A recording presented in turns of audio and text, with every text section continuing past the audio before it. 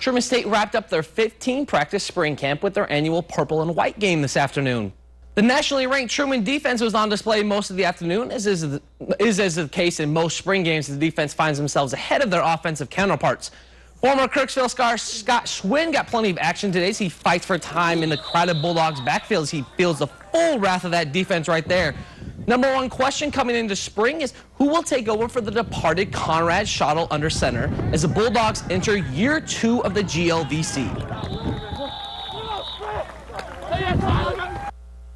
Overall, the head coach, Andy Ryan, as you're finishing today, is we got out of spring ball healthy. We came in with some injuries. Those guys are on the road to recovery, but we didn't have anything significant through the entire 15, so you feel very good about that.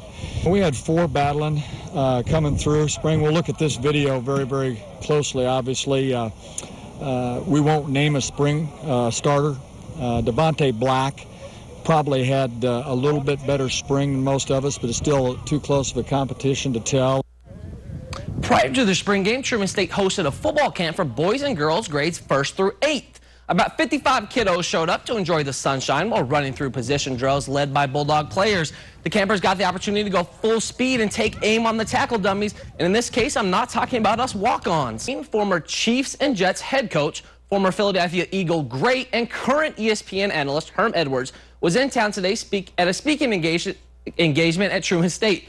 I caught up with Coach Edwards to find out his feelings on current NFL hopefuls Johnny Manziel and Michael Sam, as well as his take on the DGB situation. Well, Johnny Manziel, the guy that has all this talent, be put in a system where he has the ability to use it. If you put him in a box and ask him to be somebody he cannot be, he's going to fail. Now, that's the football part of it. Now, when he leaves the locker room, that's a whole different story. He'll get an opportunity, okay? And he won't get an opportunity because, because he came out and said, I'm a gay football player. No, because he's a good football player. That has nothing to do with it. That's just, that was a media blitz. That was like, who cares? Doesn't matter. When it becomes a distraction, and it becomes your repeat offender, and it becomes I'm wasting too much time on one guy, and there's 70 other 9 guys over there that all of a sudden, you know what? You're wasting way too much of my time. Some high school baseball scores from Missouri. Kirksville lost to Macon 8-2. KV rebounded to take care of Hallsville 3-2 in 8 innings. Rough day for Hallsville as they lost again to Macon 10-9.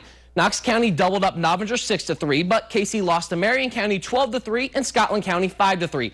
Scotland County also picked up a win over Parrish 12-0.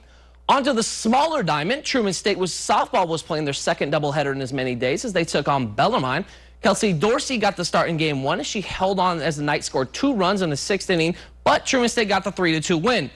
On to game 2. Kendra Hines had it going on as she struck out 12 Knights through 7 innings. Problem for the Bulldogs in game 2 was the bats.